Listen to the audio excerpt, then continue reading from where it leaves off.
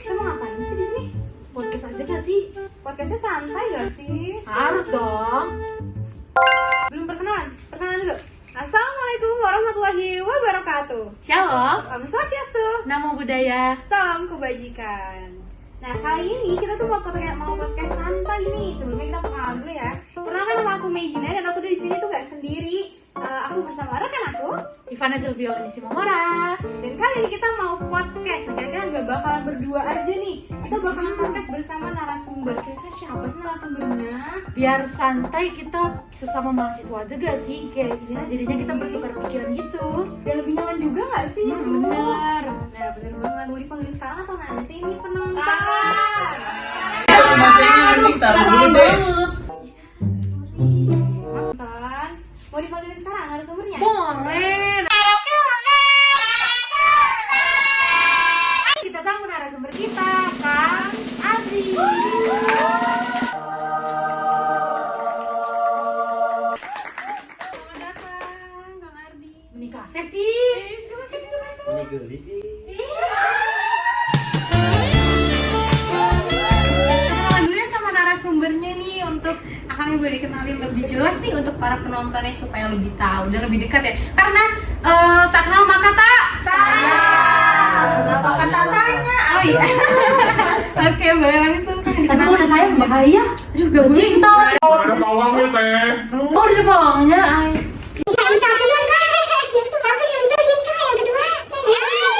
Aduh, kita fokus dulu ya. Aduh, Oh iya, sorry. belum langsung kenalan Kang. Kenalin atau kenalan sendiri? Kenalan sendiri aja deh. Kenalan sendiri. Oke. Aku Adri dari tadi. Lucu sih aku di mah. sini ya. Komedian. Aku Adri dari Unpad. Sama kayak kalian juga angkatan 23. Dan aku harap di podcast ini tuh aku bisa diskusi sama kalian. Sering-sering aja lah. Boleh atau akang kasep. Unpad. Wah, Unpad cuy. Bukan Pajajaran cuy. Kemarin gue pengen gue kan saya aku pengen masuk Unpad gagal. Ya pilihannya Ilkom. UTBK cuma 500. Sampai diri.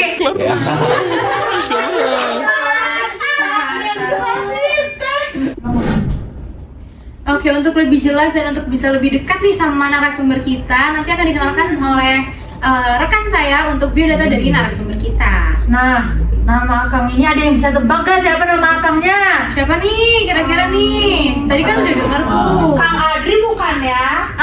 Bener. Bener tuh, Kang. Tapi nama panjangnya tahu gak? Aku tahu. Siapa? Adi Hoirul Niza. Bener gak, Kang? Salah. Ya. Oke, daripada salah-salahan, mendingan kita langsung yang lebih jelasnya aja nih dibacakan biodatanya oleh rekan saya. So, Oke, nama akang ini adalah Adri Koirun dari Universitas Pajajaran dan alumni SMA 3 Sumedang. Akang ini pernah berorganisasi di Karang Taruna Juni 2021 sampai Agustus 2022, Karang Taruna Agustus 2022 sampai Maret 2023, terus Garda Pajajaran, terus proyek atau kepanitiaan yaitu Historiat dan PPU Himse 2023. Wah, keren banget ya Karang Taruna. keren banget nih. Keren banget, jadi pengen. Iya. Nah, mungkin bisa lebih jelasnya tuh mungkin awalnya gimana nih Kang, kok bisa masuk ke Universitas Pajajaran ya? Mungkin yang mayoritas universitas itu tuh banyak peminatnya nih. Mungkin bisa cerita sedikit kali ya Nah, awal boleh. masuknya, mungkin bisa juga share sama teman-teman gimana nih tips and trick untuk bisa masuk ke Universitas Pajajaran. Takdir. Takdir Tuhan. Takdir katanya. Tuhan, cenah. Ini Tapi emang akangnya- pinter, gitu. Nah, akangnya kayak sedikit merendah ini ya. Merendah untuk Universitas- meroket. Gitu. Gimana tuh Kang? Sedikit aja Kang. Iya sih awalnya tuh emang gak nyangka banget gitu. Soalnya pernah ketolak juga pas di SNBP. Waktu itu tuh emang ngeblank banget soal UTBK dan mau gak mau harus ngapalin dulu kan, belajar gitu. Itu belajar cuman 40 harian buat UTBK dan alhamdulillah Tuhan. Jurusan apa sih, Kang? Ilmu sejarah. Sejarah nih yang dikenal dengan IPS atau ilmu pengetahuan sosial tuh masuknya ya ke sejarah. Nah, bersangkutan juga nih ya sama jurusan kita, yaitu industri pariwisata Iya. yang masih ada di bawah naungan dari Fakultas IPS. Ilmu Pengetahuan Sosial. Nah, bicara tentang pengetahuan sosial nih pasti itu adanya di pendidikan nih Kang. Nah, peran pendidikan apa sih untuk pendidikan kewarganegaraan sendiri dalam membentuk individu yang memiliki kemampuan beradaptasi dengan perubahan yang cepat dalam dunia pendidikan itu menurut Akang kira-kira gimana tuh? Oke, berarti ada hubungannya sama 3 hal ya. Pendidikan kewarganegaraan, individu, sama perubahan yang cepat itu di bidang Ya. pendidikan. Oke di sini aku jelasin ya. Boleh. Aku juga sebenarnya pengetahuannya masih dikit, jadi aku harap juga kita diskusi aja ya di sini. Nggak apa-apa, kita diskusi santai aja ya teman-teman di sini.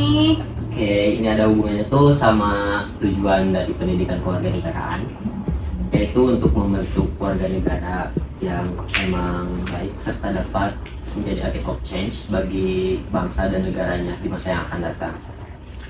Oke, dalam pendidikan kewarganegaraan itu kan ada hak sama kewajiban. Benar. Kalau misalnya individu tuh dapat mendalami hak sama kewajibannya dan melaksanakan kewajibannya tersebut serta mendapatkan haknya, mereka tuh lama-kelamaan akan terbiasa pada perubahan yang ada. Karena jika kita mendalami hak serta kewajiban, lama-lama kita tuh kayak udah biasa aja sama sistem tersebut. Wah, dan hak kewajiban tuh ada hubungannya juga sama aturan dengan kata hidup juga. Terus gimana nih menurut Teteh tanggapannya soal perubahan yang sangat cepat di bidang pendidikan itu? Pendapatnya perubahan dalam pendidikan itu cepat ya teman-teman ya.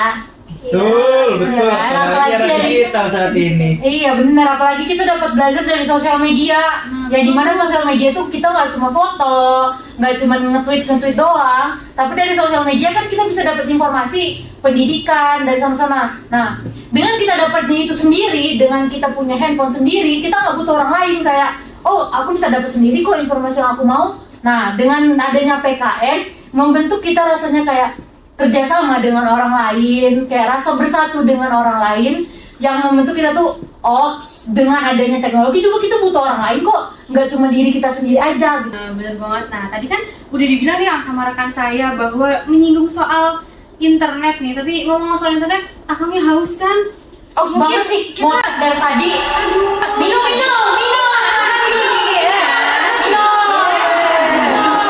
Aduh, Genis. silakan.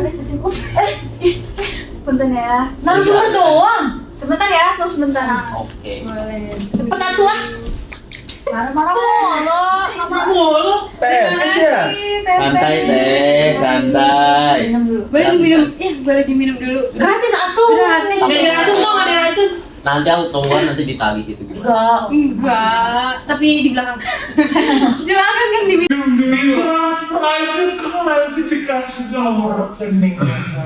Ya boleh. Nah, membahas soal yang tadi nih yang rekan saya sampaikan nih Kang, menyinggung soal internet. Internet itu kan identik dengan digitalisasi. Nah, digitalisasi itu pasti kita semua sebagai anak muda pada punya gadget kan pastinya. Pasti nggak masa sih anak muda ya kan nggak punya gadget itu nggak mungkin. Nah, jadi nih kira-kira gimana sih Kang dari pendidikan kewarganegaraan ini kan mempunyai tujuan tuh untuk mencapai tujuannya. Kira-kira di era digital ini nih yang semuanya udah pada punya gadget, itu tantangannya apa sih untuk mencapai pendidikan kewarganegaraan tersebut tuh supaya jauh lebih baik gitu Kang? Tantangan dalam pendidikan kewarganegaraan ya. Itu ada hubungannya sama globalisasi sama digitalisasi yang tadi singgungkan. Iya, betul. Di era globalisasi ini tuh persebaran informasi cepat banget sehingga bisa diakses oleh siapa saja kan, termasuk individu-individu sama generasi muda yang ada di negara kita. Itu kalau misalnya informasi gak disaring dengan baik, banyak tuh kebudayaan-kebudayaan luar atau pengaruh-pengaruh luar yang dapat mengaruhi individu kita, sehingga itu tidak sejalan dengan Pancasila atau Undang-Undang Dasar kita kan. Itu kalau misalnya dibiarin tuh kedepannya mereka bakal mulai melupakan atau kebudayaan kitanya yang luntur gitu. Karena adanya yang tadi budaya dari luar masuk itu jadi mempengaruhi budaya kita gitu ya. Benar-benar. Mulai dari cara berpakaian kali ya kan, kayak zaman sekarang itu tuh nggak ketat, nggak FYP. Nah, Yes, kita tuh harus ketat, harus tunjukin semua itu pasti FYP.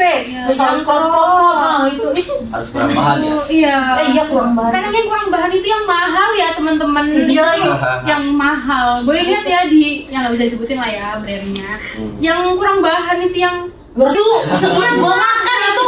bisa Tahu dimisi. sih, anak kosan banget. Anak kos di like itu. 200.000 bisa lebih kemakan 2 minggu. Oke, kita langsung lanjut ya. Oke. Nah, untuk yang tadi itu ya kan, kalau semisal kebudayaan udah mulai masuk gitu, berarti kan itu juga kita perlu adanya pendidikan kewarganegaraan ini untuk kita tuh sebagai generasi muda gitunya mengerti adanya manfaat dari si pendidikan kewarganegaraan ini tuh apa gitu loh, supaya membentengi si Iya. budaya-budaya itu yang masuk gitu. Kira-kira apa tuh kan, kira-kira adanya sih pendidikan kewarganegaraan ini menjadi manfaat gitu untuk membentengi si budaya-budaya luar yang masuk yang mempengaruhi anak-anak muda kita sudah mulai tidak berpakaian yang kurang sopan dan lain sebagainya gitu. Jadi kalau misalnya pendidikan kewarganegaraan itu diadakan, itu bisa memfilter kebudayaan-kebudayaan yang dari luar itu kan.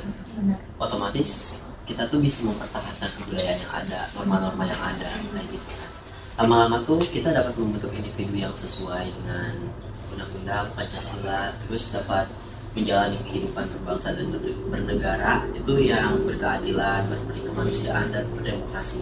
Itu ada hubungannya dari sisi sosial, politik maupun hal lainnya yang ada di negara kita sih. Kalau misalnya pendidikan kewarganegaraan tuh nggak ada, atau misalnya kita nih kuliah sekarang masih ada kan pendidikan kewarganegaraan? Masih. Sebenarnya memang masih diperlukan. Soalnya kalau misalnya pendidikan kewarganegaraan itu nggak ada, mungkin kedepannya individu kita bakal lebih mengutamakan kebudayaan luar dan melupakan kebudayaan yang kita miliki. Termasuk Pancasila atau undang-undang mungkin kedepannya bakal kesenjangan. Nah iya benar teh Kang, ke pendidikan kewarganegaraan itu kan bisa jadi benteng kita ya untuk masa membatasi kita dalam dunia globalisasi sekarang. Apalagi kayak kita tahu adanya Pancasila, adanya hak asasi manusia yang di dalam PKN itu, yang tentu itu bisa membentengi kita untuk memfilter bagaimana kita bertingkah laku, cara berpakaian, kebudayaan apa yang harus kita rangkum untuk kehidupan kita selanjutnya gitu loh teman-teman semuanya. Pada setuju nggak nih penonton? Setuju! Gemes banget, oi penonton! Oke, suara. Semangat, kita harus semangat. Iya. Oke, Dan untuk lanjut. selanjutnya mungkin pembahasannya agak ke yang sekarang lagi naik-naik nih, Teh. Apa tuh? Aduh. Apa tuh? Apa Nah, tuh? Pembicaraan ini tentang politik nih yang ada di Indonesia. Nah, itu kan pasti berkaitan juga tuh sama pendidikan kewarganegaraan. Nah, apa sih hubungannya nih, Kang, pendidikan kewarganegaraan yang sedang berlangsung kayaknya sekarang, apalagi sekarang mendekati pemilu kan, Teh? Kira-kira apa tuh hubungannya antara pendidikan kewarganegaraan sama keberlangsungan dari demokrasi politik yang ada di Indonesia pada saat ini? Itu kan dalam pendidikan kewarganegaraan tuh mencangkup bagaimana perpolitikan di Indonesia, terus bagaimana sistemnya gitu kan. Terus politik di Indonesia tuh sistemnya ada demokrasi gitu. Iya, benar. Jadi dengan kita mendalami pendidikan kewarganegaraan tuh otomatis kita tuh mencoba untuk memahami bagaimana sistem perpolitikan di Indonesia, termasuk sistem demokrasinya itu. Jadi kalau misalnya kita blank banget tuh soal demokrasi yang kayak gitu, dalam pemilu-pemilu yang akan datang kan kita mungkin dapat dibodohi sama mereka atau gimana gitu kan. Karena juga kan dari demokrasi itu kalau kita sendiri anak muda nggak tahu dan nggak mau tahu, Iya. kita bisa aja dibodoh-bodohin ya kan, Iya. Kang? Teh, Betul. dari atas kan kita nggak tahu itu gimana sistemnya. Apalagi di PKN kita kan diajarkan untuk memilih. Kita punya hak suara yang harus kita, ya tentunya harus kita pakai untuk pada masa pemilu atau masa kapan waktunya memang kita harus gunakan, dan kita punya hak untuk bersuara apabila kita tuh punya undang-undang yang menurut kita tuh nggak benar. Apalagi kita nih mahasiswa yang dimana kita tuh agent of change, kita tuh punya kuasa yang besar untuk bisa melakukan perubahan-perubahan yang ada di undang-undang di Indonesia. Seperti kasus tahun berapa itu mahasiswa bisa melengsarkan presiden. Betapa besarnya kekuasaan mahasiswa di Indonesia nih. Tepuk tangan dulu dong untuk mahasiswa. Hidup mahasiswa. Lanjut, hidup mahasiswa. Lanjut. Oke, Nah, ngomongin soal mahasiswa nih, mahasiswa kan identik dengan pendidikan. Nah, kita balik lagi nih Akang ke arah yang pendidikan. Nah, menurut pendapat Akangnya nih, langkah apa sih yang bisa kita ambil untuk bisa mendukung pendidikan kewarganegaraan itu dan meningkatkan kualitas pendidikan di seluruh Indonesia gitu? Mungkin ada contohnya gimana sih Akang bisa meningkatkan kualitas pendidikan Akang sendiri sebagai warga negara Indonesia dan yang pastinya sebagai mahasiswa juga. Jujur sih negara kita tuh lebih condong ke sistem gak sih? Kurikulum udah diganti berapa kali, Benar, tapi Pembangunan berkali-kali gitu kan ya Kang. masih sama aja kan, gak beda jauh gitu. Kalau pengen ngeperbaiki sistem pendidikan tuh harus dari SDM-nya dulu, Iya, sebelum benar. ke sistem. Kalau misalnya kita memperbaiki SDM kayak pengajar, hal yang lainnya gitu kan, otomatis kita tuh bakal bisa beradaptasi di sistem manapun gitu. Jadi kita tuh lebih ke sistem belum mateng, dijalankan, SDM juga belum mateng. Iya. Kalau misalnya gitu terus kan otomatis bakal keulang lagi Iya, gitu. jadi tidak ada keselarasan yang memang membantu untuk mendukungnya sistem itu berjalan dengan baik karena SDM sendiri memang kurang mampu gitu Kurang mampu. SDM-nya. Apalagi kan untuk tenaga pendidik gitu ya, di pelosok-pelosok itu kurang dari gaji guru aja deh, dari berita itu contoh gitu. Kita kan tidak salah kita untuk mengungkapkan pendapat keresahan kita. Dari berita yang ada aja guru honorer itu cuma 300 per bulan. Bagaimana dia mau makan, bagaimana dia mau menghidupi kehidupan dia pribadi, bagaimana dia nggak mau ikhlas dengan mengajar sedangkan gajinya cuma 300.000. Bohong untuk seseorang tuh cuma saya mengajar dengan naluri saya sendiri. Memang itu pasti ada, tapi seseorang pasti dengan tenaga yang dia keluarkan mengharapkan sesuatu. Guru gitu. Iya, tapi kan itu tidak bisa dipungkiri kalau memang itu yang menjadi masalah di negara kita. Gimana muridnya mau berkembang kalau gurunya aja Tidak diberikan fasilitas yang memang mumpuni untuk supaya guru tersebut tuh yakin dan supaya lebih semangat lagi gitu untuk mendorong mereka Iya. mau mengajar calon generasi baru di negara kita ini. Benar harus melek sih sama Iya benar, sama demokrasi juga. Apalagi kalau kita nggak punya sesuatu yang kita nggak enak itu kita keluarkan, karena kan kita nggak mau gitu ya diperbudak. Oke. Nah, kita kan juga punya hak ya atas Iya. itu. Nah, mungkin kita udah ngobrol panjang nih ya Akang Teteh. Kira-kira ada nggak nih closing statement dari Akangnya? Jujur, Atau apa gitu sedikit? aku ya, Ya, Iya. boleh. gak nyangka bisa diundang ke sini.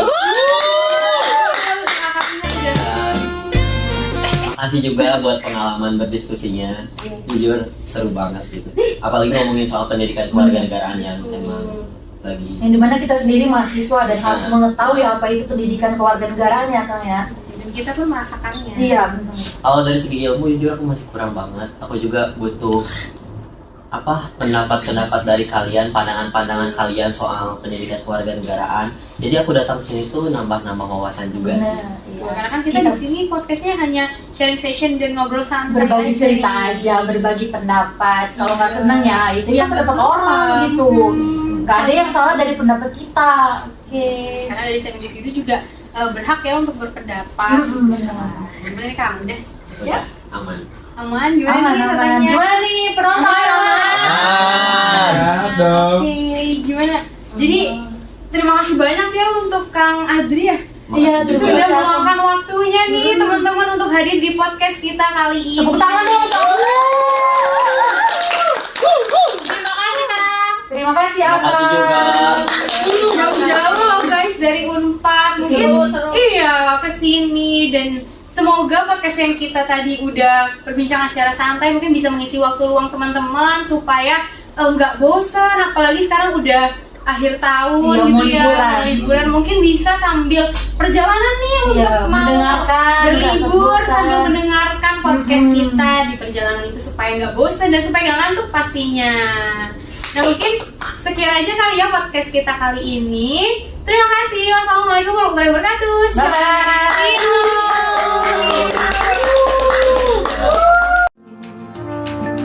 Why can't we for once say what we want, say what we feel? Oh, why can't you for once disregard the world and run to what you know is real?